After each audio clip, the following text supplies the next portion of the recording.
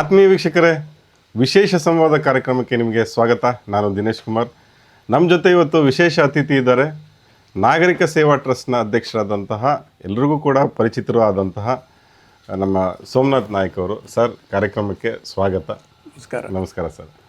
ಸ್ನೇಹಿತರೆ, ನಿಮಗೆಲ್ಲ ಗೊತ್ತಿದೆ, ಈ ಧರ್ಮಸ್ಥಳ ಭಾಗದಲ್ಲಿ ನಡೆದಿರುವಂತಹ ದೌರ್ಜನ್ಯ ಪ್ರಕರಣಗಳಿಗೆ ಸಂಬಂಧಪಟ್ಟಂತೆ ಎರಡು ದಾರಿಯ ಹೋರಾಟಗಳು ನಡೀತಾ ಇದ್ದಾವೆ. ಒಂದು ದಾರಿ ಏನು ಅಂತಂದರೆ, ಅಲ್ಲಿ ನಡೆದಂಥ ಅತ್ಯಾಚಾರಗಳು, ಕೊಲೆಗಳು ಮತ್ತು ದೌರ್ಜನ್ಯಗಳು, ಅಂದರೆ ಏನು ವೈಲೆನ್ಸ್ ನಡೆದಿದೆ ಅದಕ್ಕೆ ಸಂಬಂಧಪಟ್ಟಂಥ ಒಂದು ಹೋರಾಟ ನಡೀತಾ ಇದ್ದರೆ, ಮತ್ತೊಂದು ಕಡೆ ಭೂ ಕಬಳಿಕೆ, ಮೈಕ್ರೋ ಫೈನಾನ್ಸ್ ದಂಧೆ, ದಲಿತರಿಗೆ ವಂಚನೆ ಆಗಿರುವಂಥದ್ದು ಅಥವಾ ಅಸಹಾಯಕರಿಗೆ ವಂಚನೆ ಆಗಿರುವಂಥದ್ದು, ಕಾರ್ಮಿಕರಿಗೆ ವಂಚನೆ ಆಗಿರುವಂಥದ್ದು, ಇದೆಲ್ಲದರ ವಿರುದ್ಧ ಒಂದು ದೊಡ್ಡ ಹೋರಾಟವನ್ನು ಸಂಘಟಿಸ್ಕೊಂಡು ಬಂದಿರೋದು ನಾಗರಿಕ ಸೇವಾ ಟ್ರಸ್ಟ್ ಮತ್ತು ಸೋಮನಾಥ್ ನಾಯ್ಕ ಅವರು.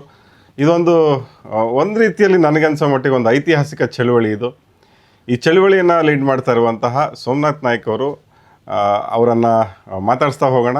ಸರ್, ಮೊಟ್ಟ ಮೊದಲನೇದಾಗಿ ಇದೊಂದು ರೀತಿಯಾದ ಒಂದು ಕಾನೂನುಬದ್ಧ ಚಳುವಳಿಗೆ ನೀವು ಮುಂದಾಗಿದ್ದೀರಿ. ಅಂದರೆ ಪ್ರತಿಯೊಂದನ್ನು ಕೂಡ ನೀವು ನ್ಯಾಯಾಲಯಗಳಲ್ಲಿ ಪ್ರಶ್ನೆ ಮಾಡ್ತಾ ನೂರಾರು ಪ್ರಕರಣಗಳನ್ನು ಫೈಟ್ ಮಾಡ್ತಾ ಇದ್ದೀರಿ. ಸಾಧಾರಣವಾಗಿ ಏನನ್ಸುತ್ತೆ ಅಂದರೆ, ಈ ಹೋರಾಟಗಾರರಿಗೆ ಅಥವಾ ಯಾರೇ ನಾಗರಿಕರಿಗಾಗಲಿ ಒಂದು ಕೇಸು ಎರಡು ಕೇಸು ಮಾಡೋಷ್ಟೊತ್ತಿಗೆ ಸೋತು ಹೋಗ್ತಾರೆ, ಆಗೋದಿಲ್ಲ, ಇದನ್ನು ಮುಂದುವರಿಸ್ಕೊಂಡು ಹೋಗೋಕ್ಕಾಗಲ್ಲ ಅನ್ನುವಂಥ ಸನ್ನಿವೇಶ ಇರುತ್ತೆ. ಇಂಥ ಸಂದರ್ಭದಲ್ಲಿ ನೀವು ಹಠ ಬಿಡದೆ, ಒಂಥರ ಛಲ ಬಿಡದ ತ್ರಿವಿಕ್ರಮನಂತೆ ಹೋರಾಟ ಮಾಡ್ತಾನೆ ಇದ್ದೀರಿ. ಈ ದಾರಿಯಲ್ಲಿ ನಿಮಗೆ ಎಷ್ಟು ಸಕ್ಸಸ್ ಸಿಕ್ಕಿದೆ, ಅಥವಾ ತುಂಬ ನಿರಾಶೆ ಆಗಿದೆಯಾ, ಅಥವಾ ಇದು ಬೇಡ, ಇದು ಯಾಕೆ ಬೇಕಿತ್ತು ನನಗೆ ಅಂತ ಯಾವ ಥರ ಅನಿಸಿದ್ದಿದೆಯಾ? ಇದೆಲ್ಲ ಎಲ್ಲಿ ಶುರುವಾಯಿತು ಸರ್? ಹೇಗೆ ಶುರುವಾಯಿತು ಸರ್? ನಾಗರಿಕ ಸೇವಾ ಸಮಿತಿ ಎನ್ನುವಂಥದ್ದು 1976ನೇ ಇಸ್ವಿಯಲ್ಲಿ ಆರಂಭವಾಗಿರುವಂಥದ್ದು ಗುರುವಾಯಿನಕೆರೆಯಲ್ಲಿ. ಅದೊಂದು ಸೇವಾ ಕಾರ್ಯದರ್ಶಿಯಿಂದ ಆರಂಭ ಆಯಿತು. ಅನಂತರ ಅದು ಪರಿಸರ ಚಳವಳಿಗೆ ಮುಂದಾಯಿತು. ದಕ್ಷಿಣ ಕನ್ನಡ ಜಿಲ್ಲೆ ಅವಿಭಜಿತ ಅತ್ಯುತ್ತಮ ಸೇವಾ ಸಂಸ್ಥೆ ಅಂತ ಅದಕ್ಕೆ ಉದಯವಾಣಿಯವರು ಕೂಡ ಒಂದು ವಿಶೇಷ ಪ್ರಶಸ್ತಿಯನ್ನು ಕೊಟ್ಟರು. ಅನಂತರ ಬೇರೆ ಬೇರೆ ನಮ್ಮ ಕಾರ್ಯಚಟುವಟಿಕೆಗಳು ಮುಂದುವರಿತಾ ಬಂತು. ಹಾಗೆ ನೋಡಿದ್ರೆ ನಾಗರಿಕ ಸೇವಾ ಟ್ರಸ್ಟಿಗೆ ಹೋರಾಟ ಅಂತ ಹೇಳುವಂಥದ್ದು ಒಂದು ಅದರ ರಕ್ತಗತ ಗುಣ. ಅದು ವಿಶೇಷವಾಗಿ ದಕ್ಷಿಣ ಕನ್ನಡ ಜಿಲ್ಲೆಯಲ್ಲಿ ತುಂಬ ಕೈಗಾರಿಕೆಗಳು ಬಂದ ಸಂದರ್ಭದಲ್ಲಿ, ಬೃಹತ್ ಕೈಗಾರಿಕೆಗಳು ಬಂದ ಸಂದರ್ಭದಲ್ಲಿ ಪರಿಸರ ಪರ ಹೋರಾಟ, ಈ ಜಿಲ್ಲೆಯ ಪರಿಸರವನ್ನು ಉಳಿಸಬೇಕು, ಕೃಷಿಕರ ಭೂಮಿಯನ್ನು ಉಳಿಸಬೇಕಂತ ಹೇಳ್ಕೊಂಡು ಸಾಕಷ್ಟು ಹೋರಾಟಗಳನ್ನು, ಹಾಗೆ ಮಹಿಳೆಯರ ಒಂದು ಜೀವನಾಧಾರದ ವಿಷಯಗಳನ್ನು ಉಳಿಸ್ಕೊಳ್ಳೋ ದೃಷ್ಟಿಯಿಂದ ತುಂಬ ಹೋರಾಟಗಳನ್ನು ಮಾಡಿದೆ. ಅದಕ್ಕೆ ತುಂಬ ಇತಿಹಾಸ ಇದೆ. ಅದು ಈ ಥರದಲ್ಲಿ ನಮ್ಮ ಹೆಜ್ಜೆ ಗುರುತು ಎನ್ನುವಂಥ ಒಂದು ಈ ಪುಸ್ತಕದಲ್ಲಿ ಈ ಮಾಡಿರುವಂಥ ಹೋರಾಟಗಳೆಲ್ಲವೂ ಕೂಡ ಸಾಕಷ್ಟು ದಾಖಲಾತಿ ಆಗಿರುವಂಥದ್ದಿದೆ. ಈಗ ಇಲ್ಲಿ ನಾವು ಯಾಕೆ ಈ ಒಂದು ಹೋರಾಟಕ್ಕೆ ಇಳಿದೆವು ಎನ್ನುವಂಥದ್ದು ಪ್ರಶ್ನೆ. 1986ನೇ ಕೊನೆಯಲ್ಲಿ ಪದ್ಮಲತಾಳದು ಮರ್ಡರ್ ಯಾವುದಾಯಿತೋ ಆ ಸಂದರ್ಭದಲ್ಲಿ ನಾವು ವೀರೇಂದ್ರ ಹೆಗ್ಗಡೆಯವರ ಕಡೆಯಿಂದ ಈ ಒಂದು ಅತ್ಯಾಚಾರ, ಕೊಲೆ ಆಗಿಲ್ಲ, ಕಿಡ್ನ್ಯಾಪ್ ಕೂಡ ಸೇರಿತದ್ರಲ್ಲಿ ಆಗಿಲ್ಲ ಅಂತಕೊಂಡು ನಾವು ಆಗ ಹೋಮ್ ಮಿನಿಸ್ಟರ್ ಆಗಿರುವಂಥ ರಾಚೇರವರು ಧರ್ಮಸ್ಥಳಕ್ಕೆ ಬೇರೆ ಯಾವುದೋ ಕಾರಣಕ್ಕಾಗಿ ಬಂದಾಗ ನಾವು ಅವ್ರ ಹತ್ರ ರೆಪ್ರೆಸೆಂಟೇಷನ್ನು ಕೊಟ್ಟಿದ್ದೆವು. ಆದರೆ ಆಗ ನಿಜವಾಗಿ ಕೂಡ ನಾವು ಅವ್ರನ್ನ ವೀರೇಂದ್ರ ಹೆಗ್ಗಡೆಯವರು ಒಳ್ಳೆ ಕೆಲಸ ಮಾಡ್ತಾ ಇದ್ದಾರೆ ಅಂತಕೊಂಡು ನಾವು ನಂಬಿದವರು. ನಮ್ಮ ಬೇರೆ ಬೇರೆ ಕಾರ್ಯಕ್ರಮಗಳಿಗೆ ಸಹ ಅವರು ಬಂದಿದ್ದರು ಕೂಡ. ಆದರೆ ಅದರ ಒಂದು ತಿಂಗಳ ನಂತರ ನಮ್ಮ ಹತ್ರ ಬಂದು ಹೇಳಿದರು, ನಿಮ್ಮಂಥ ಒಂದು ಒಳ್ಳೆಯ ಸೇವಾ ಸಂಸ್ಥೆ, ಒಳ್ಳೆಯ ಹೆಸರಿದೆ, ನೀವು ಇಂಥ ವಿಷಯದಲ್ಲಿ ಹೆಗ್ಗಡೆಯವ್ರನ್ನು ಸಪೋರ್ಟ್ ಮಾಡುವಂಥದ್ದು ಸರಿಯಲ್ಲ ಅಂತ ಹೇಳಿ ಆ ಇಡೀ ಪ್ರಕರಣ ಹೇಗಾಯಿತು ಅನ್ನೋದ್ರ ಬಗ್ಗೆ ವಿವರಣೆ ಕೊಡೋದ್ರ ಒಟ್ಟಿಗೆ ಅಲ್ಲಿ ಅಂಥ ಹಲವಾರು ಒಂದು ಅತ್ಯಾಚಾರಗಳು ಅಥವಾ ಕೊಲೆಗಳು ಆಗ್ತಿರುವಂಥದ್ದು ಮುಚ್ಚಿ ಹೋಗ್ತದೆ. ಅದೆಲ್ಲವೂ ಕೂಡ ಆ ಒಂದು ಅವರ ಮೋಡಸ್ ಆಪರೇಂಡಿ ಕೂಡ ಹೇಗಿತ್ತು ಅನ್ನೋದ್ರ ಎಲ್ಲ ಪೂರ್ತಿ ನಮ್ಮ ಹತ್ರ ವಿವರಿಸಿ ಹೇಳಿದರು. ನಮ್ಗೆ ಆ್ಯಕ್ಚುಲಿ ಶಾಕ್ ಆಯ್ತದು. ಆದರೆ ನಾವು ಮತ್ತೆ ಅಲ್ಲಿ ನಿಧಾನಕ್ಕೆ ಅಲ್ಲಿ ವಿಚಾರಿಸಿದಾಗ ಎಲ್ಲರದ್ದು ಕೂಡ ಮೆಲ್ಲ ಗುಟ್ಟಿನಲ್ಲೆಲ್ಲ ಹೇಳ್ತಾರೆ, ಬಾಯಿ ಬಿಡ್ಲಿಕ್ಕೆ ಯಾರೂ ತಯಾರಿಲ್ಲಲ್ಲ, ಹೆದರ್ತಾರೆ ಎಲ್ಲ. ವಿಷಯ ಹೌದಂತ ನಮ್ಗೆ ಗೊತ್ತಾಯಿತು. ಅಲ್ಲಿಂದ ನಾವು ಅವರಿಂದ ದೂರ ಆದೆವು. ಮತ್ತು ಆಗಿನಿಂದಲೂ ಕೂಡ ನಾವು ಅವರ ಬಗ್ಗೆ, ಅವರ ಅಕ್ರಮಗಳ ಬಗ್ಗೆ ಮಾಹಿತಿಯನ್ನು ತೆಗಿಲಿಕ್ಕೆಲ್ಲ ಶುರು ಮಾಡಿದೆವು. ಸಾಕಷ್ಟು ಪ್ರಯತ್ನ ಅದಕ್ಕೆ ಸಂಬಂಧಪಟ್ಟಂತೆ ನಾವು ಮಾಡಿದೆವು. ಬಟ್ ಈಗಿನ ಹಾಗೆ ಅಷ್ಟು ದೊಡ್ಡ ಪ್ರಮಾಣದಲ್ಲಿ ನಾವು ಕೋರ್ಟ್ ಕೇಸ್ಗಳನ್ನು ಬಾಕಿದೆಲ್ಲ ಮಾಡಿರಲಿಲ್ಲ. ಬಟ್ ಅದನ್ನು ನಾವು ಮಾಡ್ತಾ ಬಂದೆವು. 2012ರಲ್ಲಿ ಏನಾಯಿತು ಅಂತೇಳಿ ನಮಗೆ ಈಗಾಗಲೇ ತುಂಬ ಜನಜನಿತ ಆಗಿರುವಂಥದ್ದು ಸೌಜನ್ಯ ಒಂದು ಅತ್ಯಾಚಾರ, ಕೊಲೆ ಆಯಿತು. ಆ ಸಂದರ್ಭದಲ್ಲಿ ಬಹಳ ದೊಡ್ಡ ಪ್ರಮಾಣದಲ್ಲಿ ಜನಾಂದೋಲನಗಳಾಯಿತು.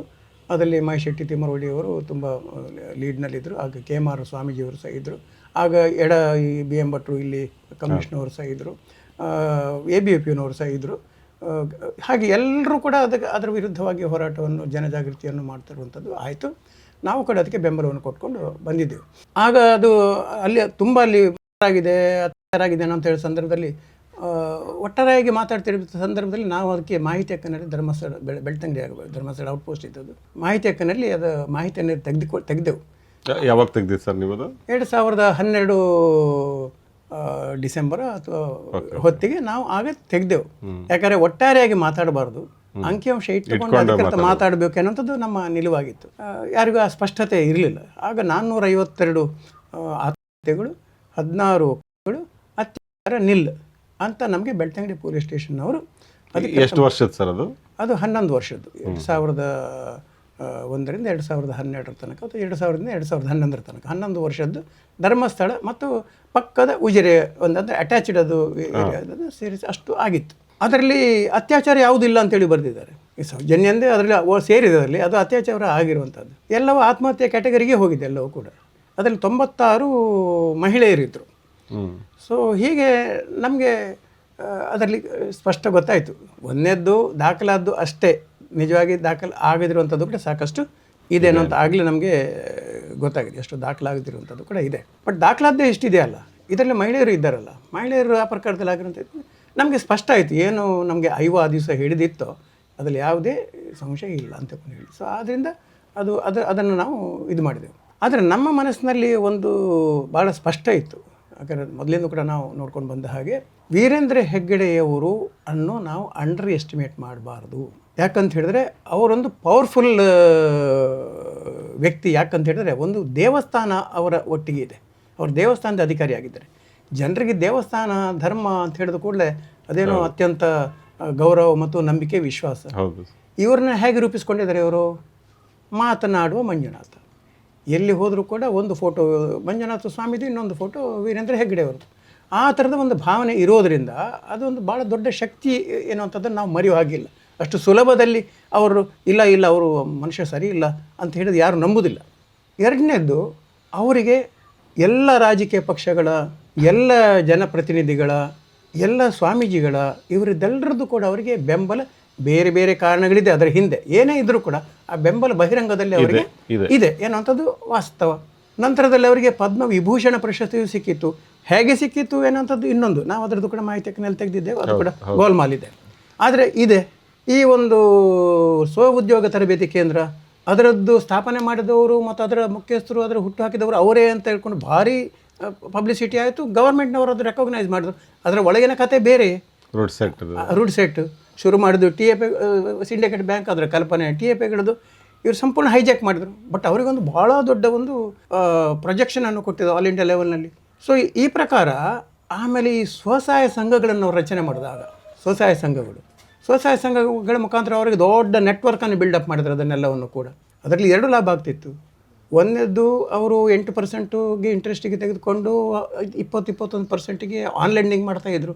ಅದ್ರಲ್ಲಿ ನಮ್ಮ ಹತ್ರ ದಾಖಲೆ ಇದೆ. ನಾವು ಅದರ ಮೇಲೆ ಕೇಸ್ ಮಾಡಿದ್ದೇವೆ. ಅವರಿಗೆ ಇದರ ಪರ್ಮಿಷನ್ನೇ ಇರಲಿಲ್ಲ. ಮನಿ ಲೆಂಡಿಂಗ್ ಆ್ಯಕ್ಟ್ ಪ್ರಕಾರ ಪರ್ಮಿಷನ್ ಇಲ್ಲ. ರಂಜನ್ ರಾವ್ ಕೇಸ್ ಮಾಡಿದ್ದಾರೆ. ಅವರೀಗ ಕೋರ್ಟಿಗೆ ಬಂದು ಜಾಮೀನು ತೊಗೊಳ್ಬೇಕಾಗ್ತದೆ. 3 ವರ್ಷ ಜೈಲು ಶಿಕ್ಷೆದಲ್ಲಿ ಗ್ಯಾರಂಟಿ. ತಡ ಆಗ್ಬೋದು, ಬಟ್ ಗ್ಯಾರಂಟಿ. ಆದರೆ ಅವರು ಆ ನೆಟ್ವರ್ಕನ್ನು ಇಡೀ all over the state build up ಮಾಡಿದ್ರು. ಬಿಲ್ಡಪ್ ಮಾಡೋದ್ರ ಮುಖಾಂತರ ಏನಾಯಿತು, ಒಂದು ಇಮೇಜ್ ಬಿಲ್ಡಪ್ ಆಯ್ತು. ಆಗ ಎಲ್ಲ ರಾಜಕಾರಣಿಗಳಿಗೂ ಏನಂದರೆ ಹಿಡ್ಕೊಂಡ್ರೆ ಈ ಅವರ ನೆಟ್ವರ್ಕ್ನ ಮುಖಾಂತರ ನಮಗೆ ಓಟು ಜಾಸ್ತಿ ಸಿಗುತ್ತೆ. ವೋಟ್ ಬ್ಯಾಂಕು ಅವರ ಹಿಂದೆ ಇದೆ, ಅವ್ರನ್ನ ಹಿಡ್ಕೊಳ್ಬೇಕು ಅಂತ. ಸೊ ಎಲ್ಲ ವೋಟ್ ಬ್ಯಾಂಕು ಆಗ್ತದೆ. ಇನ್ನೊಂದು ಕಡೆಯಿಂದ ಚುನಾವಣೆ ನಿಂತಾಗ ಇವರು ನೋಟುಗಳನ್ನು ಸಹ ಕೊಡ್ತಾರೆ. ಸಾಕಷ್ಟು ಹಣ ಎಲ್ಲ ರಾಜಕಾರಣಿಗಳಿಗೆ, ಅಭ್ಯರ್ಥಿಗಳಿಗೆ ಇವರು ಕೊಟ್ಟರು ಅಂತ ನಮಗೆ ಚೆನ್ನಾಗಿ ಗೊತ್ತು. ವಸಂತ ಬಂಗೇರೇ ಇಲ್ಲಿ 5 ಸಲ MLA ಆಗಿದ್ದವರು. ಅವರೇ ನಮ್ಮ ಮೀಟಿಂಗ್ನಲ್ಲೇ ಹೇಳಿದ್ದಾರೆ. 41 ಜನ MLAಗಳಿಗೆ ಅವರು ಮಂತ್ಲಿ ಹಫ್ತಾ ಟೈಪ್ನಲ್ಲಿ ಕೊಡ್ತಾ ಇದ್ರು ಅಂತ ಹೇಳಿ. ಇವರು ತಗೊಳ್ತಿರ್ಲಿಲ್ಲ. ಸಾಕಷ್ಟು ಅವರು ಇಲೆಕ್ಷನ್ ಟೈಮ್ನಲ್ಲಂತೂ ಎಲ್ರಿಗೂ ಕೊಡ್ತಾಯಿದ್ರು. ಅದೆಲ್ಲವೂ ಕೂಡ ನಂಬರ್ 2 ಮನಿ. ಈಗ ಇದಕ್ಕೆ ಪ್ರೂಫ್ ಎಲ್ಲಿ ಉಂಟು ಅಂತ ಕೇಳಿದ್ರೆ ಎಲ್ಲ ಪ್ರೂಫ್ ಇಟ್ಕೊಂಡು ಯಾರೋ ಇಂಥ ಬ್ಲ್ಯಾಕ್ ಮನಿಯನ್ನು ಡೀಲನ್ನು ಮಾಡೋದಿಲ್ಲ. ಬಟ್ ಅದಕ್ಕೆ ಹೇಳೋರಿದ್ದಾರೆ, ಸಾಕ್ಷಿಗಳಿದ್ದಾರೆ. ಸೊ ಹೀಗೆ ಅವರು ಈ ಒಂದು ಬಹಳ ಪ್ರಭಾವಿ ವ್ಯಕ್ತಿ ಆದದ್ದರಿಂದ ಅವ್ರನ್ನ ನಾವು ಟ್ಯಾಕಲ್ ಮಾಡಬೇಕು ಅಂಥೇಳಿ. ಆದರೆ ನಮಗೆ ಕನ್ವಿನ್ಸ್ ಆಗಿದ್ದರೂ ಕೂಡ ಈ ಜನರಿಗೆ ಕನ್ವಿನ್ಸ್ ಮಾಡಬೇಕಾದ್ರೆ, ಈ ಒಂದು ಜನಪ್ರತಿನಿಧಿಗಳು ಮತ್ತು ಈ ವರ್ತುಲಗಳನ್ನು ಕನ್ವಿನ್ಸ್ ಮಾಡಬೇಕು ಅಂತ ಹೇಳಿದರೆ ನಮ್ಮ ಹತ್ರ ಸಾಲಿಡ್ ಡಾಕ್ಯುಮೆಂಟ್ಸ್ ಬೇಕು. ಡಾಕ್ಯುಮೆಂಟ್ಸ್ ಇಲ್ಲದೆ ನಾವು ಕನ್ವಿನ್ಸ್ ಮಾಡಲಿಕ್ಕೆ ಆಗೋದಿಲ್ಲ. 100% ಅದು ನಾವು ಜಸ್ಟಿಫೈಯಬಲ್ ಮತ್ತು ನಾಳೆ ಅದನ್ನು ಕೋರ್ಟಿಗೆ ಹೋಗೋ ರೀತಿಯಲ್ಲಿ ಇರಬೇಕು ಅಂತ. ಸೊ ಆದ್ದರಿಂದ ಮಾಹಿತಿ ಹಕ್ಕಿನಲ್ಲಿ ನಾವು ಇವರ ಎಲ್ಲ ನಮಗೆ ತಿಳಿದು ಬಂದಂಥ ಮುಖ್ಯವಾಗಿ ಭೂ ಹಗರಣೆಗೆ ಸಂಬಂಧಪಟ್ಟಂತೆ, ಅನಂತರ ಈ ಥರ ಈಗ ನಾವೀಗ ಏನು ಇದರಲ್ಲಿ ಇದೊಂದು ಬಯಲಾದ ಹೆಗ್ಗಡೆ ಕರ್ಮಕಾಂಡ ಅಂತ ಇದೆ. ಇದರಲ್ಲಿ 310 ಪುಟ ಇದೆ. ಇದರಲ್ಲಿ 8 ಅಧ್ಯಾಯ ಇದೆ. ಈ 8 ಅಧ್ಯಾಯಗಳಲ್ಲಿಯೂ ಕೂಡ ನಾವು ಭಾಳ ಸ್ಪಷ್ಟವಾಗಿ ಭೂ ಕಬಳಿಕೆ ಮತ್ತು ಅತಿಕ್ರಮಣ, ಶ್ರೀ ಕ್ಷೇತ್ರದ ಮೈಕ್ರೋ ಫೈನಾನ್ಸ್ ದುಬಾರಿ ಬಡ್ಡಿದಂಧೆ, ಧರ್ಮಸ್ಥಳ ದೇವಸ್ಥಾನದ ಇತಿಹಾಸ, ಆದಾಯ, ಆಸ್ತಿ, ಹೆಗ್ಗಡೆ ಸಂಸ್ಥೆಗಳಿಂದ ಕಾರ್ಮಿಕರಿಗೆ ವಂಚನೆ, ಸೌಜನ್ಯ ಕೊಲೆ, ಆತ್ಮಹತ್ಯೆ ಪಟ್ಟಿಗೆ ಕೊಲೆಗಳು. ಆತ್ಮಹತ್ಯೆ ಪಟ್ಟಿ ಅಂತ ಹೇಳಿದ್ರೆ ಆಗ ನಾನು ಹೇಳಿದಾಗ ನಾನು ಎಲ್ಲ ಆತ್ಮಹತ್ಯೆಗೆ ಸೇರಿಸೋದಲ್ಲ. ಮಹಿಳಾ ದೌರ್ಜನ್ಯಗಳು, ಬೆಳ್ತಂಗಡಿ ಸಮಾಜ ಮಂದಿರ ನಾಶ ಮತ್ತು ಭೂ ಕಬಳಿಕೆ, ಒತ್ತುವರಿಯ ದಾಖಲೆಗಳು, ರುಡ್ಸೆಟ್ ಸತ್ಯ ಇತಿಹಾಸ, ಅಸತ್ಯಗಳ ದಾಖಲೆ, ಅನುದಾನ ದುರ್ಬಳಕೆ, ಶೋಷಣೆ, ಹೆಗ್ಗಡೆ ವಾದಿ ಪ್ರತಿಯಾಗಿರುವ 334 ಕೋಟಿಗೆ ಸುರಿದು. ಇದು ವಿಚಿತ್ರ. ಇದು ಇತರರಿಗೆ ನ್ಯಾಯದಾನ ಮಾಡುವವರು, ಆ ಧರ್ಮಪೀಠದಲ್ಲಿ ಕೂತವರು, ರಾಷ್ಟ್ರೀಯ ಪ್ರಧಾನ ಕಾರ್ಯದರ್ಶಿ BJP BL ಸಂತೋಷ್ ಹೇಳ್ತಾರೆ, ನೀವು ಕೋರ್ಟ್ಗಳಲ್ಲಿ ಹೋದರೆ ನ್ಯಾಯ ಸಿಕ್ಕೋ ಭರವಸೆ ಇಲ್ಲ, ಧರ್ಮಸ್ಥಳಕ್ಕೆ ಹೋದರೆ ನಿಮಗೆ ನ್ಯಾಯ ಸಿಗ್ತದೆ ಅಂತ ಹೇಳ್ತಾರೆ. ಇದು 334 ಕೇಸ್ಗಳ ಪಟ್ಟಿ ಇಲ್ಲಿದೆ. ಇಲ್ಲಿ ಇರೋದು 500ಕ್ಕಿಂತ ಜಾಸ್ತಿ ಇದೆ. ರೆವಿನ್ಯೂ ಕೋರ್ಟಿದ್ದು ಬೇರೆ ಇದೆ. ಹಾಗಾದ್ರೆ ಕೋರ್ಟಿಗೆ ಹೋಗ್ತಾರೆ. ಯಾಕಂದರೆ ಇವ್ರು ನ್ಯಾಯ ಇವ್ರು ಯಾರಿಗೆ ಕೊಡೋದು, ಏನಿದೆ ನ್ಯಾಯ? ವಿಚಿತ್ರ. ಅದೆಲ್ಲ ಇದೆ. ಹೆಗ್ಗಡೆ ಅಕ್ರಮಗಳ ಕುರಿತ ಪ್ರಕಟಣೆ ಇತ್ಯಾದಿ. ಈಗ ಇದೆಲ್ಲವನ್ನು ಕೂಡ ರಂಜನ್ ರಾವ್ ವೆಲ್ಡೂರ್, ನಮ್ಮ ಫೌಂಡರ್ ಪ್ರೆಸಿಡೆಂಟ್ ಅವರು ಮತ್ತು ಸಮಾಜ ಪರಿವರ್ತನೆ ಸಮುದಾಯದ SR ಹಿರೇಮಠರ ಒಟ್ಟಿಗೆ ಆ ಸಂಸ್ಥೆಯಲ್ಲಿ ಕೂಡ ಅಧ್ಯಕ್ಷರಾಗಿದ್ದವರು, ಅಲ್ಲಿ 70,000 ಎಕರೆ ಬಿರ್ಲಾ ಕಂಪನಿ ಕೊಟ್ಟಿರುವಂಥದ್ದನ್ನು ವಾಪಸ್ ರಾಜ್ಯಕ್ಕೆ ಬರುವ ಹಾಗೆ, ಅರಣ್ಯ ಇಲಾಖೆ ಬರುವ ಹಾಗೆ ಮಾಡಿದವರು. ಅಂದರೆ ಇದರಲ್ಲಿ ಪರಿಣತಿ ಅವರಿಗೆ ತುಂಬ ಇದೆ, ತಜ್ಞತೆ ಇದೆ. ಸೊ ಇವರು ಎಲ್ಲ RTI ಪ್ರಕಾರ ಎಲ್ಲ ದಾಖಲೆಗಳನ್ನೆಲ್ಲ ತೆಗೆದು ಮಾಡುವಂಥದ್ದನ್ನು ಮಾಡಿದರು. ಈಗ ನಮ್ಮ ಹತ್ರ ನಮ್ಮ ಕಚೇರಿಗೆ ಬಂದರೆ ನೀವು 4,500 ಸಾವಿರದಷ್ಟು ದಾಖಲೆಗಳನ್ನು ನಾವು ತೆಗೆದಿರುವಂಥದ್ದಿದೆ. ಸೊ ಆದ್ದರಿಂದ ನಾವು ದಾಖಲೆಗಳ ಆಧಾರದ ಮೇಲೆ ಒಂದು ಕಡೆಯಿಂದ ಜನಜಾಗೃತಿ ಮಾಡುವಂಥದ್ದು, ಇನ್ನೊಂದು ಕಡೆಯಿಂದ ಕೋರ್ಟ್ಗಳ ಮುಖಾಂತರ ಅವರಿಗೆ ಕೇಸ್ಗಳನ್ನು ಮಾಡಿ ಹೋಗುವಂಥದ್ದು. ಇದು 2 ದೃಷ್ಟಿಯಲ್ಲೂ ಕೂಡ ನಾವು ಮಾಡಿಕೊಂಡು ಹೋಗಲಿಸೋದು. ಈಗ ನಾವು ಹೋರಾಟ ಅಂತ ಹೇಳೋದ್ರ ಅರ್ಥ, ಈ ಹೋರಾಟ ಅಂತ ಹೇಳಿದ್ರೆ ಬೀದಿಗಿಡದೇ ಹೋರಾಟ ಮಾಡೋದು ಏನೋಂಥದ್ದು, ಅದೊಂದು ತಪ್ಪು ಭಾವನೆ ಇದೆ. ಹೋರಾಟ ಅಂದರೆ ಜನ ಸೇರಿಸಬೇಕು, ಕಂಡಾಬಟ್ಟೆ ಇದು ಮಾಡ್ಬೇಕು ಅಂತ. ಹೋರಾಟದ ಹಲವು ಮಾರ್ಗಗಳು, ಅದ್ರಲ್ಲಿ ನೀವು ಆ ಮಾರ್ಗನ ಆಯ್ಕೆ ಮಾಡ್ತೀವಿ. ನಾವು ಮಾಡಿಕೊಂಡ ಆಯ್ಕೆ ಯಾವುದು ಅಂತ ಈ ಪ್ರಕಾರದ ನಾವು ಅಗತ್ಯ ಬಿದ್ದರೆ ಖಂಡಿತವಾಗಿಯೂ ಕೂಡ ಪ್ರತಿಭಟನೆಯೋ ಬಾಕಿಯೋ ಮಾಡಬಾರ್ದು ಅಂತ ಏನಿಲ್ಲ. ಆದರೆ ಮೊದಲ ಆಯ್ಕೆಗಳು ಯಾವುದಂದರೆ ನಮಗೆ ಸರ್ಕಾರದ ಮುಂದೆ ಮತ್ತು ಕೋರ್ಟ್ನ ಮುಂದೆ ಹೋಗುವಂಥದ್ದು. ಅದಾಗದಿದ್ದಾಗ, ಬಗ್ಗದಿದ್ದಾಗ ಅನಂತರ ನಾವು ಹೋಗುವಂಥದ್ದನ್ನು ನಮಗೆ ಪ್ರಜಾಪ್ರಭುತ್ವದ ಹಕ್ಕೋದು, ಪ್ರತಿಭಟನೆಗಳು ಮಾಡುವಂಥದ್ದು ಎಲ್ಲ ಮಾಡುವಂಥದ್ದು. ಸೊ ಸರ್, ಈ ಹೋರಾಟದಲ್ಲಿ ನಿಮಗೆ ಎಷ್ಟು ಸಕ್ಸಸ್ ಸಿಕ್ಕಿದೆ ಅಂತ ಅನ್ಸುತ್ತೆ? ಅಂದರೆ ಕಾನೂನು ಹೋರಾಟಕ್ಕೆ ಯಾಕೆ ಜನ ಹಂಚ್ಕೋತಾರೆ ಅಂತಂದರೆ, ಇದು ಎಷ್ಟು ವರ್ಷ ಎಳೆದಿತ್ತೋ ಗೊತ್ತಿಲ್ಲ. ಒಂದು ಕೋರ್ಟ್ ಆದ್ಮೇಲೆ ಇನ್ನೊಂದು ಕೋರ್ಟಿಗೆ ಹೋಗ್ಬೇಕು, ಇನ್ನೊಂದು ಕೋರ್ಟ್ ಆದಮೇಲೆ ಇನ್ನೊಂದು ಕೋರ್ಟು, ಅದಕ್ಕೂ ಖರ್ಚು ವೆಚ್ಚಗಳು ಆಗುತ್ತೆ, ಸಮಯ ತುಂಬ ಹಿಡಿಯುತ್ತದೆ. ಸೊ ಹೀಗಾಗಿ ಈ ಕಾನೂನು ವ್ಯವಸ್ಥೆ ಮೇಲೆ ಜನ ನಂಬಿಕೆ ಕಳ್ಕೊಳ್ಳುವಂಥ ಸಂದರ್ಭದಲ್ಲಿ ನೀವು ಈ ಹೋರಾಟವನ್ನು ಶುರು ಮಾಡಿದ ನಂತರ ಇಲ್ಲ ಇದು ಮಾಡಿದ್ದು ಒಳ್ಳೇದಾಯಿತು ಅಂತ ಅನಿಸಿದ್ಯಾ? ಅಂದರೆ ನಿಮಗೆ ಅದರಲ್ಲಿ ಈ ದೊಡ್ಡ ಶಕ್ತಿಗಳು, ಮತ್ತು ನೀವು ಎದುರಾಕೊಂತಿರೋ ಶಕ್ತಿಗಳು ಭಾಳ ಸಣ್ಣ ವ್ಯಕ್ತಿಗಳೇನಲ್ಲ, ಕರ್ನಾಟಕದ ದೊಡ್ಡ ಶಕ್ತಿ ಅಂತಲ್ಲ, ಇಡೀ ಭಾರತದಲ್ಲೇ ಅವರು ಬಹಳ ದೊಡ್ಡ ಪವರ್ಫುಲ್ ಶಕ್ತಿ ಅವರು. ಅಂಥವ್ರ ವಿರುದ್ಧ ಈ ಹೋರಾಟ ಒಂಥರ ತುಂಬ ದೊಡ್ಡ ಬಂಡೆ ಎದುರುಗಡೆ ಒಂದು ನೀವು ಅದನ್ನೇನು ಮಾಡೋಕ್ಕೆ ಸಾಧ್ಯ, ಏನು ಸಕ್ಸಸ್ ಮಾಡೋಕ್ಕೆ ಸಾಧ್ಯ ಆಯ್ತು ಇದುವರೆಗೆ ಅಂತ? ಈಗ ಒಂದನೇದ್ದು ನಮಗೆ ಆಯ್ಕೆ ಯಾವುದೇನು ಅಂಥದ್ದು, ಆಯ್ಕೆ ಜನಜಾಗೃತಿ ಮಾಡುವಂಥದ್ದು, ಜನತಾ ನ್ಯಾಯಾಲಯದ ಮುಂದೆ ಇಡೋದು, ಇನ್ನೊಂದು ಕೋರ್ಟಿಗೆ ಹೋಗುವಂಥದ್ದು ಅಂತ. ಈಗ ಕೋರ್ಟಿಗೆ ಹೋದರೂ ಕೂಡ ಅವರು ಪವರ್ಫುಲ್ ಆದದ್ರಿಂದ ಅವರು ಎಲ್ಲರನ್ನೂ ಕೂಡ ಇನ್ಫ್ಲುಯೆನ್ಸ್ ಮಾಡಿ ನ್ಯಾಯವನ್ನೇ ಖರೀದಿ ಮಾಡಬಲ್ಲರು ಎನ್ನುವಂಥದ್ದು ಒಂದು ಪರ್ಸೆಪ್ಷನ್ ಇದೆ. ಈಗ ನೀವು ಜನತಾ ನ್ಯಾಯಾಲಯದ ಮುಂದೆ ಜನಜಾಗೃತಿಗಾಗಿ ಇಟ್ಟರೆ ಅದು ಜನರಲ್ಲಿ ಅದೊಂದು ಕನ್ವಿನ್ಸ್ ಮಾಡ್ಬೋದು. ಆದರೆ ಕಾನೂನಿನ ವ್ಯಾಪ್ತಿಯಲ್ಲಿ ಅದನ್ನು ಕನ್ವರ್ಟ್ ಮಾಡದೆ ಹೋದರೆ ಅವರಿಗೆ ಅದು ತಪ್ಪು, ಅಪರಾಧ, ಶಿಕ್ಷೆ ಇತ್ಯಾದಿಗಳು ಯಾವುದೂ ಆಗೋದಿಲ್ಲ. ಸೊ ಈ ಪ್ರಕಾರ ನಾವು ಕೋರ್ಟಿಗೆ ಹಾಕಿರುವಂಥ ಕೇಸುಗಳು ಅವ್ರ ಮೇಲೆ ಹಲವು ಯಶಸ್ವಿಯಾಗಿದೆ, ಹಲವು ಯಶಸ್ಸಿನ ಹಂತದಲ್ಲಿ ಕೂಡ ಇದೆ. ಅದಕ್ಕೆ ನಾವು ಕಾನೂನು ನಿರ್ಭೀತ ಎನ್ನುವಂಥ ಒಂದು ಕರಪತ್ರದಲ್ಲಿ 18 ಅಂಥ ಪ್ರಕರಣಗಳನ್ನು ಹಾಕಿದ್ದೇವೆ. ಆ ಪ್ರಕರಣಗಳಲ್ಲಿ ಉದಾಹರಣೆಗೆ ಹರ್ಷೇಂದ್ರ ಕುಮಾರ್ ಅವರು ಭೂರಹಿತ ಬಡವ ಅಂತಕೊಂಡು ಹೇಳಿ ಅರ್ಜಿ ಕೊಟ್ಟು 7 ಎಕರೆ 59 ಸೆಂಟ್ಸ್ ಸ್ಥಳವನ್ನು ದರಖಾಸ್ತಾಗಿ ಸರ್ಕಾರದಿಂದ ಪಡೆದರು. ತಿಂಗಳಿಗೆ 100 ರೂಪಾಯಿ ಆದಾಯ ಅಂತಕೊಂಡು ಹೇಳ್ಕೊಂಡು ಕೃಷಿ ಕಾರ್ಮಿಕ ಭೂರಹಿತ ಅಂತೇಳಿ. ಆದರೆ ಅದರ ವಿರುದ್ಧವಾಗಿ ನಾವು ಕಂಪ್ಲೇಂಟನ್ನು ಕೊಟ್ಟು AC ಕೋರ್ಟ್ನಲ್ಲಿ ಹೋಗಿ ಅವರು ಮತ್ತೆ ಹೈಕೋರ್ಟಿಗೆ ಹೋದರು, ಹೈಕೋರ್ಟಿಂದ ಮತ್ತೆ AC ಕೋರ್ಟಿಗೆ ಹೋಗಿ. ಈಗ ಮೊನ್ನೆ ಜನವರಿ 21ನೇ ತಾರೀಕಿಗೆ ಅವರು ಸರ್ಕಾರ ಮುಟ್ಟುಗೋಲು ಹಾಕಿತ್ತು. ಈಗ ಇಷ್ಟೆಲ್ಲ ಅತ್ಯಂತ ಪ್ರಭಾವಶಾಲಿ ಆಗಿರುವಂಥ ಮೋದಿಯವರೇ ಬಂದವರಿಗೆ ಕಾಲಿಗೆ ಅಡ್ಡ ಬೀಳ್ತಾರೆ, ಸಿದ್ದರಾಮಯ್ಯವರು, DKC ಅವರೆಲ್ಲ ಬರ್ತಾರೆ, ಜಡ್ಜರ್ಗಳೆಲ್ಲ ಬರ್ತಾರಂತ ಹೇಳಿದ ವ್ಯಕ್ತಿಗೆ ಈ 7 ಎಕರೆ 59 ಸೆಂಟ್ಸ್ ಮುಟ್ಟುಗೋಲು ಹಾಕುವಂಥ ಸ್ಥಿತಿ ಅವರಿಗೆ ಬಂತು, ಹೌದಲ್ಲ? ಯಾಕೆ ಬಂತು? ಹಾಗಾದ್ರೆ AC ಅವ್ರನ್ನವ್ರು ಏನು ಇನ್ಫ್ಲುಯೆನ್ಸ್ ಆಗಿದೆಯಾ ಅಥವಾ ಮತ್ತೆ ಅವರು DC ಕೋರ್ಟಿಗೆ ಅಪೀಲ್ ಹೋಗಿದ್ದಾರೆ. DC ಕೋರ್ಟಿಗೆ ಅಪೀಲ್ಗೆ ಹೋದರೂ ಕೂಡ ಸ್ಟೇ ಇದಂತೂ ಮಾಡಿದ್ದಾರೆ, ಖುಲ್ಲಾಗಿದೆ ಈಗ ಜಾಗ ಅಲ್ಲ. ಈಗ ಮುಟ್ಟುಗೋಲು ಹಾಕಿದ್ದಕ್ಕೆ ಸ್ಟೇ ಇದೆ. ಸ್ಟೇ ಇದ್ದದ್ದಕ್ಕೆ ಈಗ ನಾವು ಇದನ್ನು ನಮ್ಮ ಕೌಂಟರ್ ಹಾಕಿದ್ದೇವೆ. ಅದನ್ನು ಯಾವುದೇ ರೀತಿಯಲ್ಲೂ ಕೂಡ ಅದು ಅವರಿಗೆ ಫೇವರ್ ಆಗುವಂಥ ಪ್ರಶ್ನೆನೇ ಇಲ್ಲ. ಯಾಕಂದರೆ ಅದರಲ್ಲಿ ಸ್ವತಃ AC ಅವರೇ ಅದರಲ್ಲಿ ಭಾರಿ ಕರೆಕ್ಟಾಗಿ ಯಾವ ರೀತಿ ಇರೋದು ಅವರು ಭೂರಹಿತ ಮತ್ತು ಭೂರಹಿತ ಅಲ್ಲ ಅಂತ ಹೇಳೋದನ್ನೆಲ್ಲ ಬರೆದಿದ್ದಾರೆ. ಅದನ್ನು ಯಾರು ಕೂಡ ಓವರ್ ರೂಲ್ ಮಾಡಲಿಕ್ಕೆ ಸಾಧ್ಯ ಆಗಿದ್ರು. ಹೈಕೋರ್ಟ್ನಲ್ಲಿಯೂ ಕೂಡ ಅವರು ಚಾಲೆಂಜ್ ಮಾಡಿದಾಗಲೂ ಕೂಡ ಹೈಕೋರ್ಟ್ನವರು ಕೂಡ ಹೇಳಿದ್ದಾರೆ ಅದನ್ನು. 4671 ಎಕರೆ ಭೂಮಿ ಇತ್ತು ಆಗ ಅವರಿಗೆ ಅರ್ಜಿ ಕೊಡಬೇಕಾದ್ರೆ. ಅನಂತರ ಈಗ ಅವರಿಗೆ 1050 ಎಕರೆ ಭೂಮಿ ಇದೆ ಅವರ ಕುಟುಂಬಕ್ಕೆ. 1/4 of that belongs to Harshendra. ಅವರು ಭೂರಹಿತ ಆಗೋದು ಹೇಗೆ? ಸೊ ಆದ್ದರಿಂದ ಅದು ಆಯಿತು.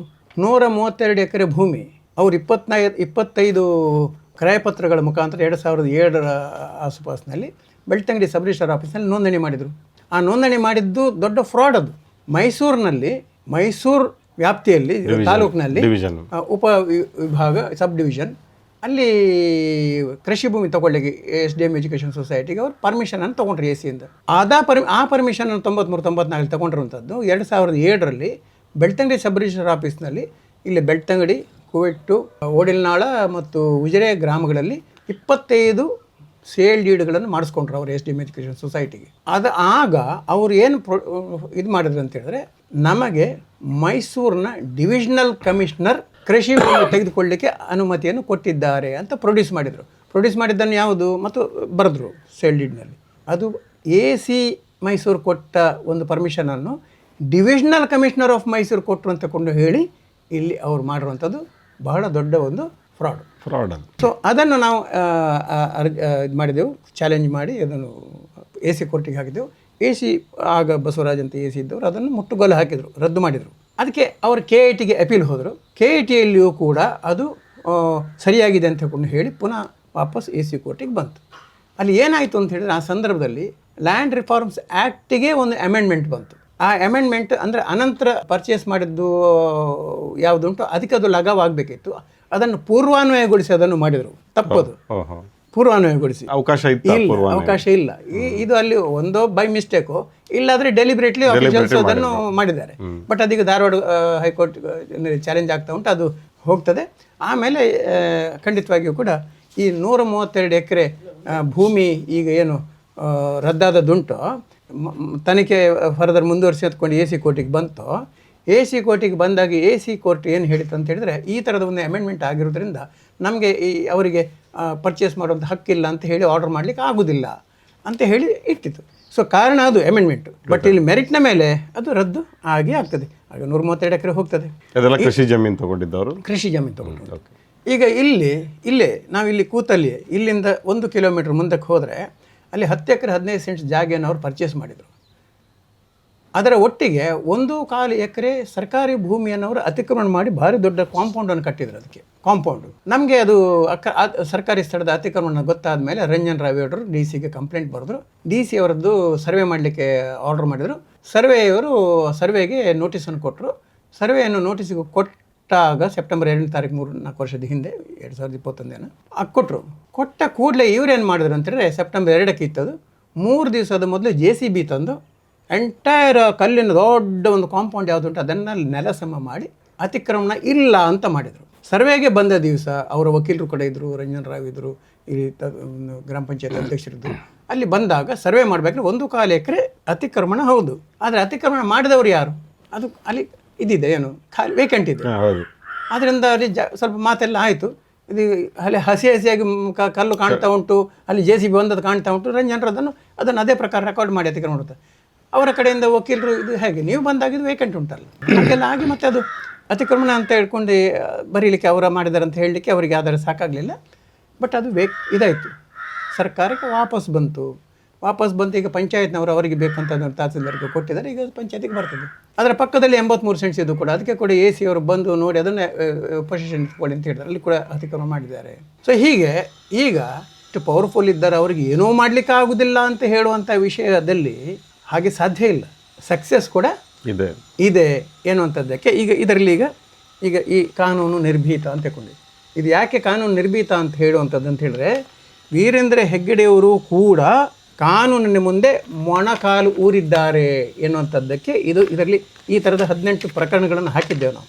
ಕೆಲವರು ಅಪೀಲ್ ಹೋಗಿರ್ಬೋದು, ಆದರೆ ಅಪೀಲಿಗೆ ಹೋದರೂ ಕೂಡ ಅದನ್ನು ಅವರಿಗೆ ಮುಂದುವರಿಸಲಿಕ್ಕೆ ಆಗೋದಿಲ್ಲ. ಉದಾಹರಣೆಗೆ ಅಪೀಲದ ಕತೆ ಹೇಳ್ತೇನೆ ನಾನು. ಇವರು ಏನು ಸ್ವಲ್ಪ ಕಾಲಹರಣ ಮಾಡ್ಬೋದು, ಹಂಪ್ಸ್ ಕ್ರಿಯೇಟ್ ಮಾಡೋದು ಅಷ್ಟೇ, ಸ್ವಲ್ಪ ಸ್ಲೋ ಹೋಗಲಿಕ್ಕೆ ಒಂದೊಂದು ತಡೆಯಾಜ್ಞೆ ತರೋದು, ಇಲ್ಲಾಂದರೆ ಅಲ್ಲಿ ಅಪೀಲ್ ಮಾಡೋದು, ಇಲ್ಲಾಂದರೆ ಒಂದು ಐ ಎ ಹಾಕೋದು, ಏನಾದರೂ ಏನು ಲೀಗಲ್ ಪ್ರೊವಿಷನ್ಸ್ಗಳಿದೆಯೋ ಅವ್ರಿಗೇನು ಲಾಯರ್ಸ್ಗಳನ್ನು ಎಷ್ಟು ಆಡ್ಬೋದು, ಮಾಡ್ಬೋದು, ಶಕ್ತಿ ಇದೆ, ಆ ಶಕ್ತಿ ಇದೆ, ಏನೋ ಮಾಡ್ಬೋದು. ಮತ್ತು ಇನ್ನೊಂದು ಪರ್ಸೆಪ್ಷನ್ ಇದೆ ಏನಂತಂದರೆ ಅವರು ಇಷ್ಟು ಪವರ್ಫುಲ್ಲು, ಈ ಜಡ್ಜಸ್ಗಳನ್ನು ಕೂಡ ಎಲ್ಲ ಇನ್ಫ್ಲುಯೆನ್ಸ್ ಮಾಡ್ತಾರೆ ಅಂತ. ಕೆಲವು ಸಲ ಪರ್ಚೇಸ್ ಇರ್ಬೋದು, ಕೆಲವು ಸಲ ಇನ್ಫ್ಲುಯೆನ್ಸ್ ಇರ್ಬೋದು, ಎಲ್ಲ ಹೇಳ್ತಾರೆ. ಎಲ್ಲರೂ ಪರ್ಚೇಸ್ ಅಥವಾ ಇದು ಆಗ್ತಾರಂತಲ್ಲ. ಇನ್ನೊಂದರೆ ಎಷ್ಟೋ ಅಧಿಕಾರಿಗಳಿಗೆ ಮತ್ತು ಇವರಿಗೆಲ್ಲ ಹೇಗಿದೆ ಅಂತ ಹೇಳಿದ್ರೆ, ಧರ್ಮಸ್ಥಳ ಅಂತ ಹೇಳಿದ್ರೆ ಒಂದು ಹೆದರಿಕೆ ಇದೆ, ನಾವು ಅದರ ವಿರುದ್ಧ ಮಾಡಬಾರ್ದು, ಇದು ದೇವರಿಗಾಗಿ ಮಾಡ್ತಾ ಇರೋ ಕೆಲಸ, ತುಂಬ ಒಳ್ಳೆ ಕೆಲಸ ಮಾಡ್ತಾ ಇದ್ದಾರೆ ಅವರು, ತುಂಬ ಮಂದಿಗೆ ಇದು ಶಿಕ್ಷಣ ಸಂಸ್ಥೆಯಲ್ಲಿ ಎಜುಕೇಷನ್ ಎಲ್ಲ ಕೊಡ್ತಾ ಇದ್ದಾರೆ, ಗ್ರಾಮಾಭಿವೃದ್ಧಿಯೋದ ಮುಖಾಂತರವಾಗಿ ಸಾಕಷ್ಟು ಲಕ್ಷಾಂತರ ಮಂದಿಗೆ ಅವರು ಅಭಿವೃದ್ಧಿಯನ್ನು ಮಾಡ್ತಾ ಇದ್ದಾರೆ. ಈ ಥರದ ಒಂದು ಪರ್ಸೆಪ್ಷನನ್ನು ಅವರು ಎಷ್ಟು ಮಾಧ್ಯಮವನ್ನು ಬೆಳೆಸಿಬಿಟ್ಟಿದ್ದಾರೆ ಅಂತ ಹೇಳಿದ್ರೆ, ಎಷ್ಟು ವರ್ಷಗಳಿಂದ ಬೆಳೆಸಿದ್ದಾರೆ ಅಂತ ಹೇಳಿದ್ರೆ ಬಹಳ ಅತ್ಯಂತ ಅದ್ಭುತ ಅಂತ ಯಾಕೊಂಡು ಹೇಳಿ. ಅವರು ಎಷ್ಟು ಒಳ್ಳೆಯ ಊಟ ಕೊಡ್ತಾರೆ, ಅನ್ನಪೂರ್ಣ ಛತ್ರದಲ್ಲೆಲ್ಲ. ಇಲ್ಲಿ ಕುಕ್ಕೆ ಸುಬ್ರಹ್ಮಣ್ಯಕ್ಕೆ ಹೋಗಿ, ನೀವು ಕಟೀಲಿಗೆ ಹೋಗಿ, ಕೊಲ್ಲೂರಿಗೆ ಹೋಗಲಿ, ಊಟ ಎನ್ನುವಂಥದ್ದು ದೇವಸ್ಥಾನಗಳಲ್ಲಿ ಭಾಳ ಚೆನ್ನಾಗಿ ಎಲ್ಲ ಕಡೆಯಲ್ಲೂ ಕೊಡ್ತಾರೆ. ಆದರೆ ಇವ್ರದ್ದು ಊಟ ಅಂತ ಹೇಳಿದ್ರೆ ಅದು ಅದ್ಭುತ, ಅಷ್ಟರ ಮಟ್ಟಿಗೆ ಪ್ರಚಾರವನ್ನು ಮಾಡುವಂಥದ್ದನ್ನು ಮಾಡ್ತಾರೆ ಅವರು ಹಾಗೆ. ಸೊ ಆದ್ದರಿಂದ ಈ ಥರದಲ್ಲಿ ಅವರು ಜಡ್ಜಸನ್ನು ಇನ್ಫ್ಲುಯೆನ್ಸ್ ಮಾಡಬಲ್ಲರು ಅಂತ ಹೇಳುವುದಕ್ಕೆ ಹಾಗೆಲ್ಲ ಆಗುವುದಿಲ್ಲ, ಎಲ್ಲ ಹಂತದಲ್ಲಿ ಆಗುವುದಿಲ್ಲ ಅನ್ನೋದಕ್ಕೆ ಈ ಒಂದು ಉದಾಹರಣೆ SKDRDP ಟ್ರಸ್ಟ್. ಇಲ್ಲಿ ಎರಡು ವಿಷಯಗಳಿದೆ. ಒಂದು SKDRDP ಟ್ರಸ್ಟ್ ಬೇರೆ, SKDRDP ಬಿಸ್ನೆಸ್ ಕರೆಸ್ಪಾಂಡೆಂಟ್ ಟ್ರಸ್ಟ್ ಬೇರೆ, ಎರಡು ಬೇರೆ ಬೇರೆ. SKDRDP ಟ್ರಸ್ಟ್ ಪ್ರಾರಂಭದಲ್ಲಿ ಆಗಿರುವಂಥದ್ದು 82ನೇ ಇಸ್ವಿಯಲ್ಲಿ. ಅದರ ಮುಖಾಂತರ ಅವರು ಈ ಒಂದು ಮೈಕ್ರೋ ಫೈನಾನ್ಸನ್ನು ಶುರು ಮಾಡಿರುವಂಥದ್ದು. ಆ ಮೈಕ್ರೋ ಫೈನಾನ್ಸ್ ಶುರು ಮಾಡಬೇಕಾದ್ರೆ ಆಗ ಅವರು ಬ್ಯಾಂಕ್ಗಳಿಂದ 8% ತೆಗೆದುಕೊಂಡು 21% ಕೊಡುವಂಥದ್ದನ್ನು ಮಾಡ್ತಾಯಿದ್ರು. ಆಗ 89 ಕೋಟಿ ರೂಪಾಯಿ ಅವರಿಗೆ ಒಂದು ವರ್ಷದಲ್ಲಿ 2012-13 ಸಿಕ್ಕಿದೆ, ಅವರದ್ದು ಬ್ಯಾಲೆನ್ಸ್ ಶೀಟ್ನಲ್ಲಿದೆ. ನಂತರ 65 ಕೋಟಿ ಅಷ್ಟು ಲಾಭ ಇದನ್ನು ತೆಗೆದು ಖರ್ಚುಗಳನ್ನು, ಸ್ಯಾಲ್ರಿದು ಬಾಕಿದ್ದು ತೆಗೆದು. ಇದಕ್ಕೆ ಅವರು ಒಂದು ವಾದ ಇದೆ, ನನಗೆ ಪ್ರಾಫಿಟ್ ಬಂದಿರ್ಬೋದು, ಆದರೆ ಅದನ್ನು ಮತ್ತು ಪುನಃ ನಾನು ಬೆಂಚುಗಳಿಗೆ, ಶಾಲೆಗೆ, ಟೀಚರ್ಸ್ ನೇಮಕಾತಿಗೆ, ವಾತ್ಸಲ್ಯ ಯೋಜನೆಗೆ, ಕೆರೆಗೆ, ಬಾಕಿದ್ದಕ್ಕೆಲ್ಲ ಕೊಡ್ತೇನೆ, ನಾನು ದಾನ ಮಾಡ್ತೇನೆ ಅಂತ. ಇಲ್ಲಿ ದರೋಡೆ ಮಾಡಿ ಅವ್ರು ದಾನ ಮಾಡಿ ಅವ್ರು ದಾನ ಶೂರಕರಣ ಅಂತ ಅನಿಸ್ಕೊಳ್ಳೋದು. ಈಗ ನೀವು ಆ ಒಂದು 7-8% ಆಗ ಆ ಒಂದು ಇಂಟ್ರೆಸ್ಟನ್ನು ಅವರಿಗೆ ಬಿಟ್ಟಿದ್ರೆ ಅದೇ ಅವರಿಗೆ ಉಪಕಾರ ಆಗ್ತಿತ್ತಾನೆ. ಅವರಿಗೆ ನೀವು ಯಾವಾಗಲೂ ಟೆನ್ಷನ್ನಲ್ಲೇ ಬದುಕೋದು, ಇವರು ಬರ್ತಾರೆ, ಇವರು ಇದು ಮಾಡ್ತಾರೆ, ವಸೂಲಿಗೆ ಬರ್ತಾರೆ ಅಂತ ಹೇಳುವಂಥ ಹೆದರಿಕೆಯಲ್ಲೇ ಕಳೆಯುವಂಥದ್ದು. ಇನ್ನೊಂದಲ್ಲಿ ವಿಚಿತ್ರ ಅಂತ ಹೇಳಿದ್ರೆ, ನಿಜವಾಗಿ ನಾವು ಕೂಡ ಸ್ವಸಹಾಯ ಸಂಘದಲ್ಲಿ ನಬಾರ್ಡ್ನಲ್ಲಿ ಸ್ಟೇಟ್ ಲೆವೆಲ್ ನಮಗೆ ಅವಾರ್ಡ್ ಸಿಕ್ಕಿದೆ. ನಬಾರ್ಡಿನ ಒಂದು ತರಬೇತಿ ಕೇಂದ್ರ ಮ್ಯಾನೇಜರ್ಸ್ಗಳಿಗೆ ಸ್ವಸಹಾಯ ಸೌತ್ ರೀಜನ್ ಇದ್ದು ಮಂಗಳೂರಿನಲ್ಲಿದೆ ನಬಾರ್ಡ್ ಟ್ರೈನಿಂಗ್ ಸೆಂಟರ್. ಬ್ಯಾಂಕ್ ಮ್ಯಾನೇಜರ್ಸ್ಗಳಿಗೆ ಅವರ ಬೇರೆ ಬೇರೆ ಪ್ರಾಡಕ್ಟ್ಸ್ಗಳಿಗೆ ಟ್ರೈನಿಂಗ್ ಅಲ್ಲಿ ಆಗುತ್ತೆ. SHG ಪ್ರಾಡಕ್ಟಿಗೆ 3 ದಿವಸದ ಟ್ರೈನಿಂಗ್ ಆಗುತ್ತೆ. ಆಗ ಒಂದು ದಿವಸ ಅವರು NGOಗೆ ಮತ್ತು SHGಗೆ ವಿಸಿಟ್ ಮಾಡಲಿಕ್ಕೆ ಇದೆ. ಆರಂಭದಲ್ಲಿ ಧರ್ಮಸ್ಥಳದ ಇದಕ್ಕೆ ಹೋಗ್ತಾ ಇದ್ರು ಅವರು. ಕೊನೆಗೆ ಅವ್ರಿಗೆ ಗೊತ್ತಾಯ್ತದ ಇದು ಸರಿ ಇಲ್ಲ, ಇಡೀ ಸ್ವಸಹಾಯ ಸಂಘದ ಒಂದು ವ್ಯವಸ್ಥೆ ಸರಿ ಇಲ್ಲ ಅಂತ. ಅದೊಂದು ಸೆಂಟ್ರಲೈಸ್ಡ್ ಏನಿದ್ರು ಕೂಡ ಓಂ ಮಂಜುನಾಥಾಯ ನಮ, ಓಂ ವೀರೇಂದ್ರ ಗಿಡಾಯ ನಮ, ಓಂ ಹೇಮಾವತಿಯ ಗಿಡಾಯ ನಮ, ಓಂ ಹರ್ಷೇಂದ್ರಾಯ ನಮ, ಈ ಥರದಲ್ಲಿ ಒಂದು ವ್ಯಕ್ತಿ ಆಧಾರದಲ್ಲಿ ಕೊಂಡು ಹೋಗುವಂಥದ್ದು ಎಂಪವರ್ಮೆಂಟ್ ಅಂತ ಹೇಳ್ತಾರೆ. ಅದಕ್ಕೆ ವಾಟ್ ಈಸ್ ಎಂಪವರ್ಮೆಂಟ್? ಸಶಕ್ತತೆ ಅಂದರೆ ಏನು? ಅವರ ದಾಸರಾಗಿ ಇರಲಿಕ್ಕ. ಸೊ ಅಲ್ಲಿ ಸರಿ ಇಲ್ಲ ಅಂತ ಕೊಂಡು ಅವರಿಗೆ ಗೊತ್ತಾಗಿ ಮತ್ತೆ ಕೊನೆಗೆ ನಾಗರಿಕ ಟ್ರಸ್ಟಿಗೆ ಇಲ್ಲಿ ಈ ಒಂದು ತರಬೇತಿ ಅಂತಾರೆ ಕಾನ್ಸೆಪ್ಟ್ನ ಬಗ್ಗೆ ಹೇಗೆ ಅನ್ನೋದ್ರ ಬಗ್ಗೆ ಬರ್ತಾಯಿದ್ರು, ರೆಗ್ಯುಲರ್ಲಿ ಬರ್ತಾಯಿದ್ರು. ನಂತರ ಅವರಿಗೆ ಬರಲಿಕ್ಕೆ ಆಗದಿದ್ದಾಗ ನಮ್ಮವರು ಅಲ್ಲಿಗೆ ಹೋಗಿ ಅವರಿಗೆ ಈ ಒಂದು ಕೊಡ್ತಾಯಿದ್ರು. It was recognised that NST ಒಂದು ಸರಿಯಾದ ರೀತಿಯಲ್ಲಿ ಆ ಪರಿಕಲ್ಪನೆ ಪ್ರಕಾರ ಸ್ವಸಹಾಯ ಸಂಘದ ಹೋಗ್ತದಂತ.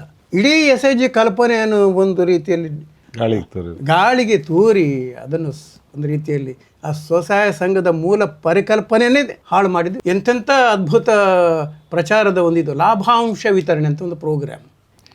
ಯಾರ ಲಾಭವನ್ನು ಯಾರು ವಿತರಣೆ ಮಾಡುವಂಥದ್ದು? ಸ್ವಸಹಾಯ ಸಂಘದ ಮೂಲ ಪರಿಕಲ್ಪನೆ ಪ್ರಕಾರ ವಾರ ವಾರ ಉಳಿತಾಯ ಮಾಡುವಾಗ ಬರುವಂಥ ಹಣ, ಅದನ್ನೇ ಅವರು ಉಳಿತಾಯದ ಹಣವನ್ನೇ ಅವರು ಸಾಲಕ್ಕಾಗಿ, ಆಂತರಿಕ ಸಾಲಕ್ಕಾಗಿ ಬಳಸಬೇಕಂತಿರುವಂಥದ್ದು. ಆಗ ಸ್ವಲ್ಪ ಬಡ್ಡಿಯನ್ನು ಚಾರ್ಜ್ ಮಾಡ್ಬೋದು. ಹೆಚ್ಚುವರಿ ಸಾಲ ಬೇಕು ಅಂತ ಹೇಳಿದರೆ ಬ್ಯಾಂಕ್ಗಳಿಂದ ತೆಗೆದುಕೊಂಡು ಮತ್ತೆ ಪುನಃ ಸದಸ್ಯರಿಗೆ ಕೊಡಬೇಕು. ಆಗಲೂ ಕೂಡ ಅಲ್ಲಿ ಸ್ವಲ್ಪ ಡಿಫರೆನ್ಸ್ ಬರುವಂಥ ಇಂಟ್ರೆಸ್ಟ್ ಯಾವುದು ಉಂಟು ಅದು ಸಂಘದ ಲಾಭ. ಅದು ಸಂಘಕ್ಕೆ ಉಂಟಾಗುವ ಲಾಭ, ಅದು ಸಂಘದ ಲಾಭ. ಅದನ್ನು ವರ್ಷಕ್ಕೊಂದ್ಸಲ ಆಡಿಟ್ ಮಾಡಬೇಕಾದ್ರೆ ಆ ಸಂಘದಲ್ಲಿ ಬರುವಂಥ ಲಾಭ ಯಾವುದುಂಟೋ ಅದು ಸಂಘದ ಎಲ್ಲ ಸದಸ್ಯರಿಗೆ ಅವರೇ ನಿರ್ಣಯ ಮಾಡಿ ವಿತರಣೆ ಮಾಡಬೇಕು, ಅಥವಾ ಅದನ್ನು ಮತ್ತೆ ಪುನಃ ಲೋನಿಗೆ ಬಳಸ್ಬೋದು, ವಿತರಣೆ ಮಾಡ್ಬೇಕಂತ. ಬಟ್ ಲಾಭ ಅಕೌಂಟ್ನಲ್ಲಿ ಅದು ಅವ್ರ ಲೆಕ್ಕದಲ್ಲಿ ಪುನಃ ಅದನ್ನು ಬಡ್ಡಿ ಸಾಲಕ್ಕೆ ಕೊಡಲಿಕ್ಕೆ ಮಾಡ್ಬೋದು. ಇದು ಲಾಭಾಂಶ ಅವ್ರದ್ದು ಸಂಘದ್ದು. ಈ ಎಲ್ಲ ಸಂಘಗಳು ಪ್ರಮೋಟ್ ಮಾಡಿರುವಂಥದ್ದು SKDADP ಪ್ರಮೋಟ್ ಮಾಡಿದ ಸಂಘಗಳದ್ದು ಈ ಥರದ ಆಯಾ ಸಂಘದ ಲಾಭವನ್ನು ಸೆಂಟ್ರಲೈಸ್ಡ್ ಆಗಿ ಇವರು ಸೀತಾರಾಮನನ್ನು ಕರೆದುಕೊಂಡು ಲಾಭಾಂಶ 600 ಕೋಟಿ ರೂಪಾಯಿ ವಿತರಣೆ, ಸಿದ್ದರಾಮಯ್ಯನ ಕರೆದು 200 ಕೋಟಿ ರೂಪಾಯಿ ವಿತರಣೆ ಅಂತಕೊಂಡು ಹೇಳಿ ಆ್ಯಸ್ ಇಫ್ ಇವರು ಅವರಿಗೆ ಲಾಭವನ್ನು ಕ್ರಿಯೇಟ್ ಮಾಡಿ ಕೊಟ್ಟು ವಿತರಣೆ ಮಾಡೋದು ಹೇಗೆ ಅಂತ ಎಂಥ ಒಂದು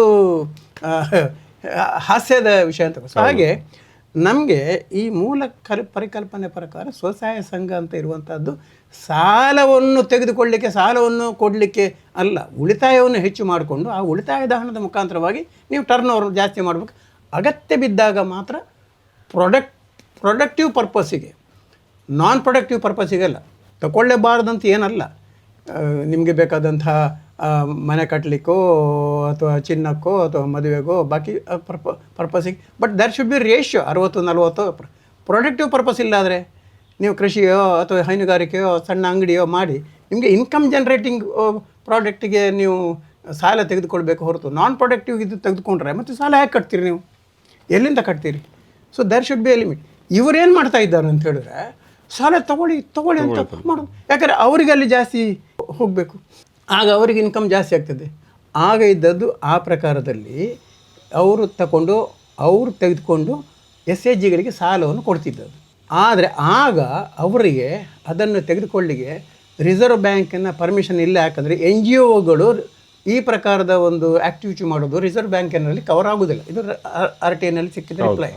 ಮನಿ ಲೆಂಡಿಂಗ್ ಆ್ಯಕ್ಟ್ ಪ್ರಕಾರ ಅವರು DR ಇದ್ದು ಲೈಸೆನ್ಸನ್ನು ತೊಗೊಳ್ಬೇಕು. ಇವರು ಆ ಲೈಸೆನ್ಸನ್ನು ತೆಗೆದುಕೊಂಡಿಲ್ಲ. ಬಹಳ ದೊಡ್ಡ ಕಾನೂನಿನ ಉಲ್ಲಂಘನೆ ಅದು.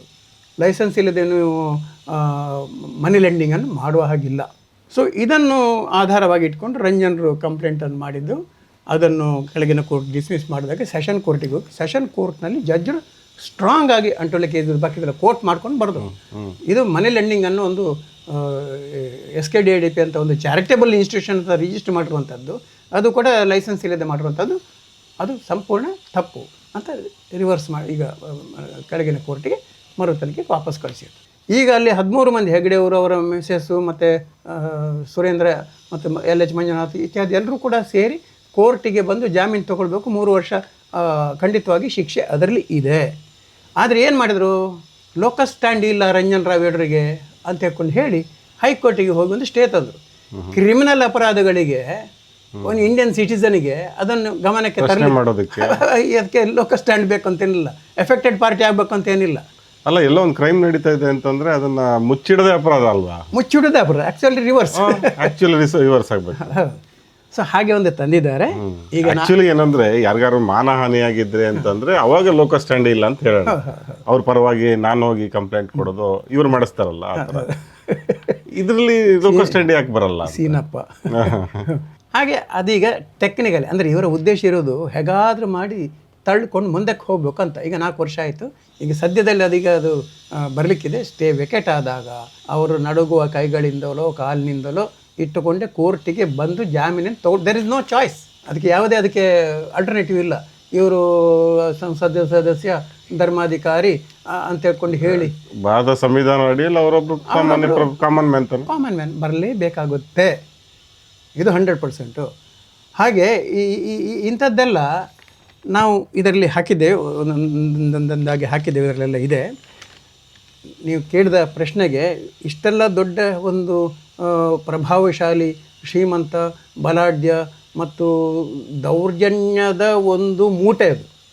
ಹತ್ತಿರದಲ್ಲಿದ್ದವರಿಗೆಲ್ರಿಗೂ ಕೂಡ ನಮಗೆ ಚೆನ್ನಾಗಿ ಗೊತ್ತುಂಟದು. ದೂರದವರಿಗೆ ದೂರದ ಬೆಟ್ಟ ನುಣ್ಣಗೆ ಅಂತ ಈಗ ನುಣ್ಣಗೆ ಅಲ್ಲ ಅಂತ ಗೊತ್ತಾಗಿದೆ ಈಗ.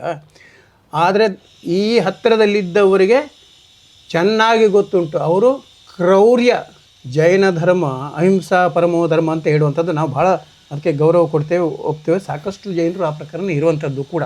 ಆದರೆ ಆ ಧರ್ಮದಿಂದ ಅಂತಕೊಂಡು ಹೇಳಿದವರು ಇವರು ಮಾಡ್ತಿರುವಂಥದ್ದು ಅಲ್ಲಿ ಏನು ಬರ್ತಾ ಇದೆ, ಇದು ಬುರುಡೆಗಳಲ್ಲಿ ಸಿಕ್ಕುವಂಥದ್ದು ಹೇಳುವಂಥದ್ದು ಇತ್ಯಾದಿ ಏನು ಉಂಟು, ಹೆಣಗಳು ಅಂತ ಹೇಳುವಂಥದ್ದು ಯಾವುದುಂಟು. ಈಗ ನಾವು ಆಗ 452 ಅಂತ ಹೇಳಿದ್ದು ಯಾವುದುಂಟು, ಅದಲ್ಲದೆ ಎಷ್ಟೋ ಉಂಟು ಅನ್ನುವಂಥದ್ದು ಯಾವುದುಂಟು, ಅದನ್ನು ಭೀಮ ಹೇಳಿ, ಸೋಮ ಹೇಳಿ, ಮಂಗಳ ಯಾರೇ ಹೇಳಿ, ಒಬ್ಬ ಕಾಮನ್ ಸೆನ್ಸ್ ಧರ್ಮಸ್ಥಳದಲ್ಲಿರುವಂಥ ಬಂದರೆ ಯಾರಿಗೂ ಕೂಡ ಗೊತ್ತಾಗುತ್ತೆ. ಇನ್ವೆಸ್ಟಿಗೇಷನ್ ಮುಖಾಂತರ ಅದನ್ನು ಲೀಗಲೈಸ್ ಮಾಡಬೇಕಂತ ವಿಷಯ ಬಿಟ್ಟರೆ ಅದೆಲ್ಲವೂ ಕೂಡ ಸತ್ಯವೇ. ಅದರಲ್ಲಿ ಯಾವುದೇ ರೀತಿಯ ಉತ್ಪ್ರೇಕ್ಷೆಗಳಿಲ್ಲ ಅಂತ ಕೊಂಡಿರಿ. ಮತ್ತು ಅಲ್ಲಿ ದೌರ್ಜನ್ಯ ಅಂಥದ್ದಲ್ಲದೆ ನೀವು ಅವರ ವಿರುದ್ಧ ಮಾತಾಡಿದ್ರೆ ಬೇಕಾದ್ರೆ ಬೀಡ್ ಅಂತ ಹೇಳಿದ್ರೆ ಅವ್ರ ಮನೆಗೆ ಕರ್ಕೊಂಡು ಬಂದು ಹೊಡೆಯುವಂಥದ್ದನ್ನು ಮಾಡ್ತಾರೆ. ಅವರ ಹರಿಶ್ಚಂದ್ರನ ಕಾರು ಓವರ್ಟೇಕ್ ಮಾಡಿದವರಿಗೂ ಕೂಡ ಉಂಟಲ್ಲ, ಬೀಡ್ನಲ್ಲಿ ಕರೆದು ಅವನು ಕರೆಸಿ ಹೊಡಿಸುವಂಥದ್ದು ಮಾಡ್ತಾರೆ. ಏನು ಕನಸು ಬಿಡುತ್ತೆ ಓವರ್ಟೇಕ್ ಮಾಡೋ ನೀವು ಇವರ ಕಾರ್ ಅಂತ ಬಿಡಿ. ನಡೆದ ದೌರ್ಜನ್ಯದ ರೂಪಗಳಲ್ಲಿರುವಂಥದ್ದೆಲ್ಲ, ಅಲ್ಲಿ ದಲಿತರಿಗೆ ಮಾಡಿರುವಂಥ ಹಿಂಸೆಗಳು, ಇದೆಲ್ಲ ಅದನ್ನು ಎಣಿಸ್ಲಿಕ್ಕೂ ಸಾಧ್ಯ ಇಲ್ಲ. ಯಾಕೆ ನಮಗೆ ಈ ಥರದಲ್ಲಿ ಹೆಚ್ಚು ನಾವು ತೊಡಗಿಸ್ಕೊಂಡು ಇದಕ್ಕೆ ಮುಂದುವರಿಬೇಕು ಅಂತ ಆಗ್ತದೆ ಅಂತ ಹೇಳಿದರೆ, ನಾವು ಈ ಒಂದು ಸಶಕ್ತತೆ ಸಮಾನತೆಯನ್ನು ಎಲ್ಲರಿಗೂ ತರಬೇಕು ಅಂತಕೊಂಡು ನಾವು ಧ್ಯೇಯವನ್ನು ಇಟ್ಟುಕೊಂಡು ಒಂದು ಸಂಸ್ಥೆಯನ್ನು ಕಟ್ಟಿಕೊಂಡು ಚಳವಳಿಯನ್ನು ಬೆಳೆಸ್ಕೊಂಡು ಹೋರಾಟ ಮಾಡ್ತಿರೋರು, ನಮ್ಮ ಕಣ್ಣೆದುರಿಗೂ ಇಂಥದ್ದೆಲ್ಲ ಆಗ್ತಿರೋಂಥದ್ದು ನಮಗೆ ಗೊತ್ತಿದ್ದು ಕೂಡ ನಾವು ಸುಮ್ಮನೆದ್ರೆ ಏನು ಅರ್ಥ? ನಮ್ಮ ಸಂಸ್ಥೆಯನ್ನು ಮುಚ್ಚಿದ್ದು ಒಳ್ಳೆಯದು. ಆದ್ದರಿಂದ ಲಕ್ಷ್ಮೀಶ್ ತೋಳ್ಪಾಡಿ ಅವರು ಹೇಳ್ತಿದ್ರು, ಅನ್ಯಾಯವನ್ನು ನೋಡಿಯೂ ಕೂಡ ಸುಮ್ಮನಿರೋದಕ್ಕಿಂತ ಸಾಯೋದು ಒಳ್ಳೆಯದು ಅಂತಕೊಂಡು ಹೇಳಿ ಅವರು ಸ್ಪಷ್ಟವಾಗಿ ಹೇಳ್ತಿದ್ರು ಅವರು. ಸೊ ಆದ್ದರಿಂದ ನಾವು ಇವರು ಇಷ್ಟು ಪವರ್ಫುಲ್ ಇದ್ದರೂ ಕೂಡ ನಮಗೆ ಹೋಪ್ಸ್ ಇದೆ. ನಮ್ಮ ಸಂವಿಧಾನದ ಅಡಿಯಲ್ಲಿಯೇ ಕೂಡ ಇವರನ್ನು ಇದೇ ಕಾನೂನಿನಿಂದ ಇವರನ್ನು ನಾವು ಶಿಕ್ಷೆಗೆ ಒಳಪಡಿಸಲಿಕ್ಕೆ ಆಗ್ತದೆ ಅಂತಕೊಂಡು. ಯಾಕಂದರೆ ಅಷ್ಟು ಇದೆ ಇವರು ಮಾಡಿರುವಂಥದ್ದು. ಈಗ ಅಷ್ಟ ದುಷ್ಟ ಮುಖಗಳು ಒಂದೊಂದಕ್ಕೂ ಕೂಡ ಸಾಕಷ್ಟು ಅಲ್ಲಿ ಅತಿ ಹೆಚ್ಚಿರುವಂಥದ್ದು ಭೂ ಹಗರಣಗಳು. ದೇವಸ್ಥಾನದ ಭೂಮಿಯನ್ನು ಕೂಡ ಕದಿಯೋರಿಗೆ ಕಳ್ಳ ಅಂತ ಹೇಳಬೇಕು ಅಥವಾ ಬೇರೆನೇ ಹೇಳಬೇಕು.